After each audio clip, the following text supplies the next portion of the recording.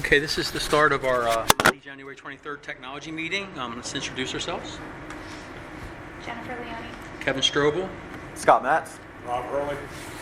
Julia Olson. Beverly Albert. Okay, we'll go ahead and get started with the equipment replacements. All right. So as we start heading towards the 2023-24 school year, we're at that time of year where it's time to start talking about equipment replacements. So we are at the point where it is time to refresh our K-8 iPads. So this would be approximately 2,500 devices impacting primary center, intermediate center, and the middle school, and that includes students and teachers, as well as our spare devices in there. So we're looking at doing basically the exact same thing we did back in 2020. We were able to lock in the pricing that we received back then. So our per unit cost remains the same, which is $294 for the iPad, $50 for... $294? Yes, correct. $50 for the case, and then our management for mobile device management and those sort of fees. So we would see an overall price increase simply because of quantity. So when we implemented this in summer 2020, the previous year we had purchased iPads for the primary center for classroom use. Rather than those were a year-old device, we rolled them into our overall one-to-one. So at this point now, we're just replacing all of them. So last time we purchased grades 1 through 8, now we're at K-8 this time around. So our per unit cost remains the same. It's just simply a quantity issue there. Considering everything going up? Yes, Great deal. we were thrilled to be able to Great do that. deal. That has been, it's certainly a challenge. The global economy is challenging right now for us across the board. Can you get them? Yes, so that's the next part of this. So we would like ideally to solicit approval for this in February so we can get the devices in and potentially do our swap before the kids leave for summer. Probably one of the biggest changes for our department post-COVID has really been summer. That historically was a time that all technology came back. We did our work. However, now with things like summer academic connections and various enrichment programs, the students rely on the devices year-round, so we don't have necessarily that luxury of pulling the devices back and having them for 2 to 3 months. So if we get this order done, we anticipate shipment in March. We did check on that, so we could do the swap in April. And then similarly, we would return the devices and receive the credit back for that final year of the lease. So if there's any questions on that front, otherwise, What's again, the total cost in case it's $249 a year. per PC? What's the total cost? You know? $249,000 per year, so Oh, that per works year. out to Yeah. $1,047,000. Gotcha. You said 249. That's not Yes. enough. Yes. So it's exactly so many devices, right? 2,550 devices. Yep. Okay, cool. We want to go ahead and take a vote for the board, for the committee, whether or not we can push this through to February approval. Julia? I'm not on this committee.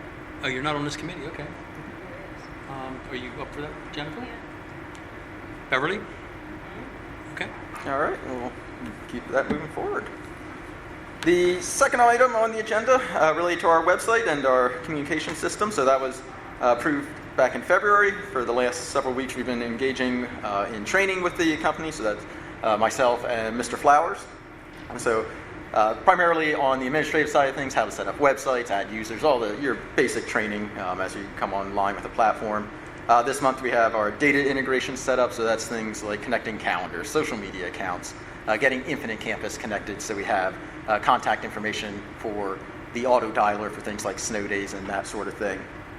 Moving forward, as we look towards February, we're looking at training yet for our front office staff on how to manage the website. We'll have training for our administrative staff as well on how to send out communications and that sort of thing.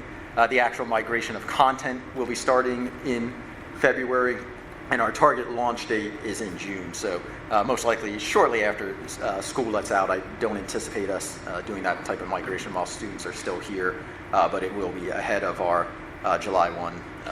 You say June? June, yeah. The reason I decided to take notes because I have a feeling during our meeting tonight while you're gone, they're going to ask me questions about it. Like that, yes. So, How it works. but overall, the company has been, yeah, it does. The company's been great to work with, and there's been, several, again, points of improvement that we're definitely going to be able to leverage just as far as getting more people in and trying to have a little bit more of a seamless connection between our various platforms, having them under one roof. So, I like just the simplified, like we can look at what's not used. yes, And clean it up, because there's nothing more than efficiency, nothing more like having efficiencies like that. Yeah. Not that you will delete it.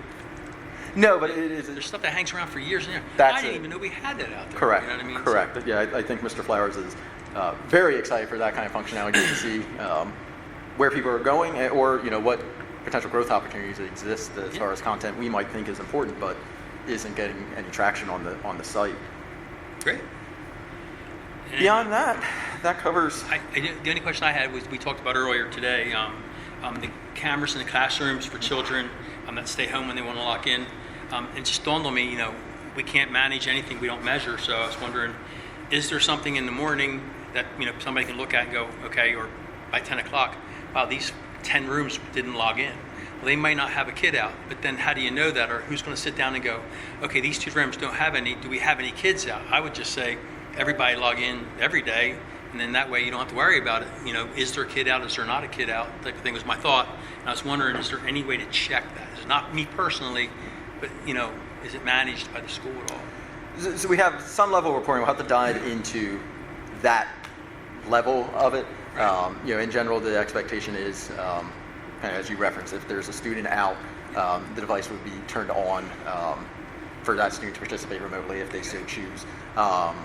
We'll have to look at what level of reporting we can get as far as is the device on, is it in use in that type of manner. That Not just on. correct, yes, because on does not necessarily mean Used. engaged. So that could be the tricky component of it, but at minimum. Yes.